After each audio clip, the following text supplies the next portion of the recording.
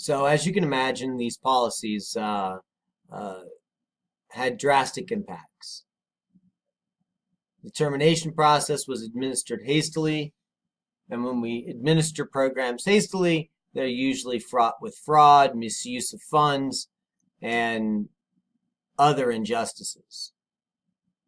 About the same time that the termination policy came into being, employment and relocation assistance programs were established to encourage American Indians to move to urban areas. Very reminiscent of policies enacted in Europe during the inclusion movement. Move people off the land and move them into the urban areas.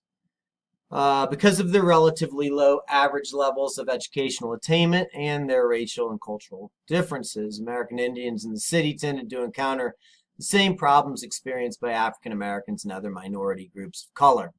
They were discriminated against severely.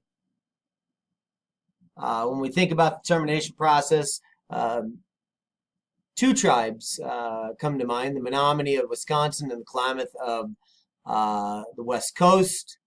These were the two largest tribes terminated. As you can imagine, both suffered devastating economic losses and precipitous declines in quality of life. Neither tribe had the business nor tax base needed to finance the services like healthcare and schooling, which were formally provided by the federal government. And in turn, both were forced to sell their land, timber, and other scarce resources to maintain minimal standards of living. Many of the poor Native American families were forced to return to local and state agencies, which placed severe strain on welfare budgets. This is all predictable, folks. The experience of the Menominee was so disastrous that the concerted request of the tribe, reservation status, was restored in 1973. The Klamath Reservation was restored in 1986. So the reservation system, which had been deemed inappropriate, not satisfactory, was then restored because the program they put in place to address the problems from the reservation system was worse than the reservation system. Once again, this is very common. We see this time and time again. We see this with Native Americans. We see this with African Americans. We see this with Mexican Americans. The same strategy of forced assimilation with no intent of giving these folks an opportunity to make it in American society. American Indian women were also part of this migration to the city. They migrated in considerable numbers and also, of course, carried the burden of supporting the family under these conditions of discrimination, unemployment, and poverty. And of course, this makes it very difficult for men to fulfill their role of a breadwinner when there's no jobs to provide sustenance. We see this all the time. We see relocation programs like this all the time. They talk about relocation. Oh, there'll be plenty of work for you when you get there. And then the groups that don't look like the advantaged / dominant group are hit head on with discrimination, which leads to unemployment. American Indian women in the city continued and continue today to practice their traditional cultures, and they tend to maintain the tribal identity of their children despite difficulties inherent in combining child rearing and a job outside of the home. So even though assimilation is the overall goal, we continue to see this population attempting to retain its culture. So although many individuals prosper many individual Indians prosper in the urban environment. Moving to the city often trades rural poverty for the urban variety with essentially little net improvement in life chances. So you're moving from poor rural areas to poor urban areas. On the reservation, there may be opportunities for political participation and leadership roles that are not available in cities. So this is part of the reason why some folks might stay on the reservation. They accept the fact that, well, if I move to the city, it's going to be the same type of poverty I have here. At least I'm still embedded in a community where I can make an impact. Whether that's possible or not can be argued, but many people argue that way to stay on the reservation.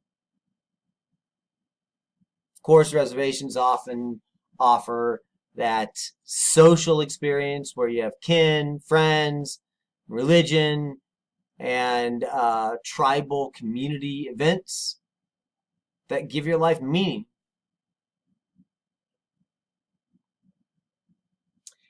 But when it all comes down to it, and we all know moving is hard.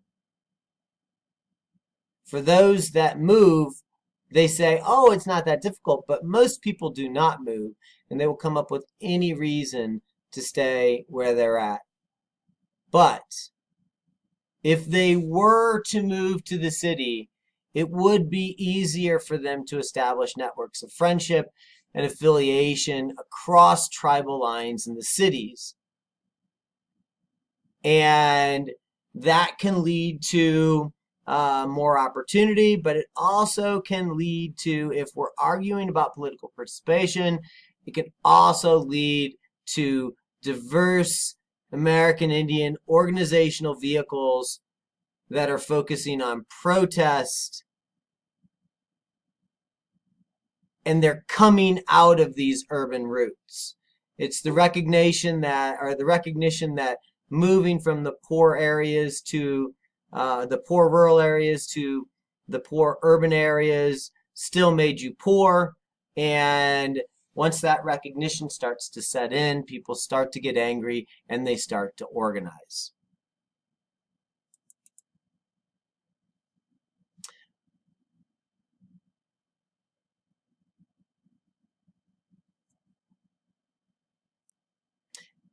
As I mentioned earlier, the termination policy was such a disaster. And the result of this disaster put pressure on the U.S. government to push tribes to terminate. The U.S. government's policy of pushing tribes to termination, it just fades away in the late 1950s. Since the 1960s, federal Indian policy has generally returned to the traditions set in the Indian Reservations Act. The Indian Self-Determination and Education Assistance Act was passed in 1975. It ultimately increases aid to reservation schools and American Indian students and increase tribal control over the administration of the reservations, from police forces to the schools and road maintenance. In some respects this is good, in some respects this is bad.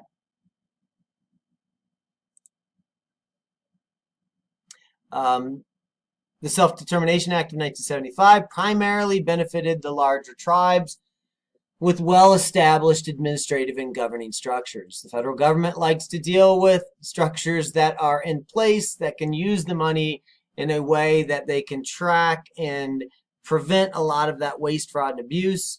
So it doesn't surprise me that larger tribes with this well-established administrative and governing infrastructure are more popular for the federal government to give its money to. But nonetheless, this new phase of federal policy has allowed American Indians to essentially start to plot their own course, free of that paternalistic regulation, and just as important, it gave them the tools and resources to address their problems and improve their situations. Now, don't think too much here, folks. The reservations still have a lot of problems, and in order for them to address those problems, it would help to have a willing U.S. government to provide opportunity that may not be available in the locations that these tribes that find themselves in.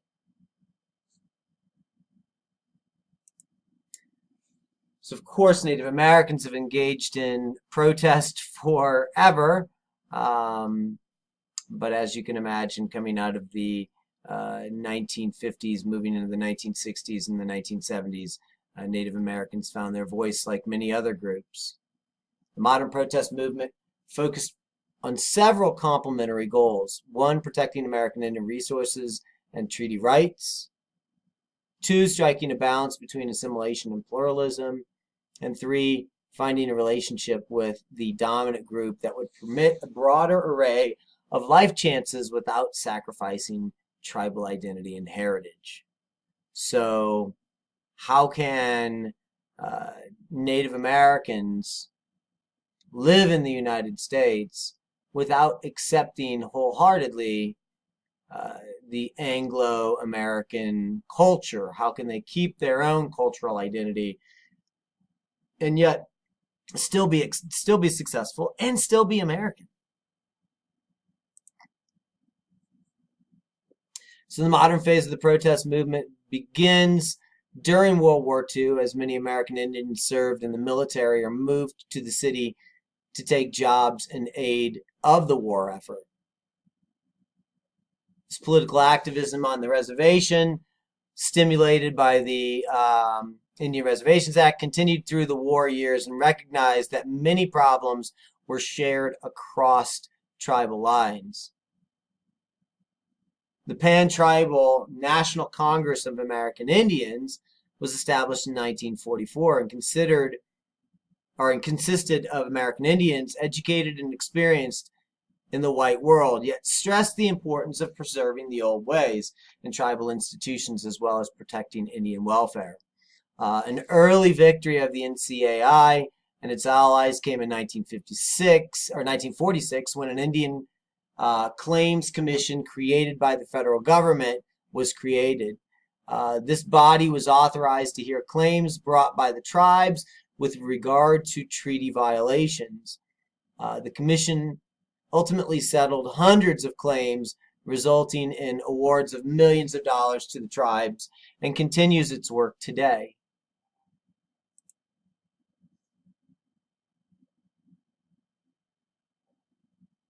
But protest and resisting continues in the 1950s and 60s, especially in reference to the termination policies and the urbanization push from the federal government.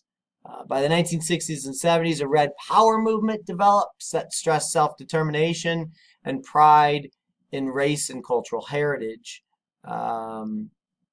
This Red Power movement, some of the highlights: the Washington Fission in 1965, of course, the American Indian Movement in 1968, the occupation of Alcatraz Island in 1969, the Trail of Broken Treaties in 1972, and of course, you can't forget Wounded Knee, the occupation of Wounded Knee in 1973.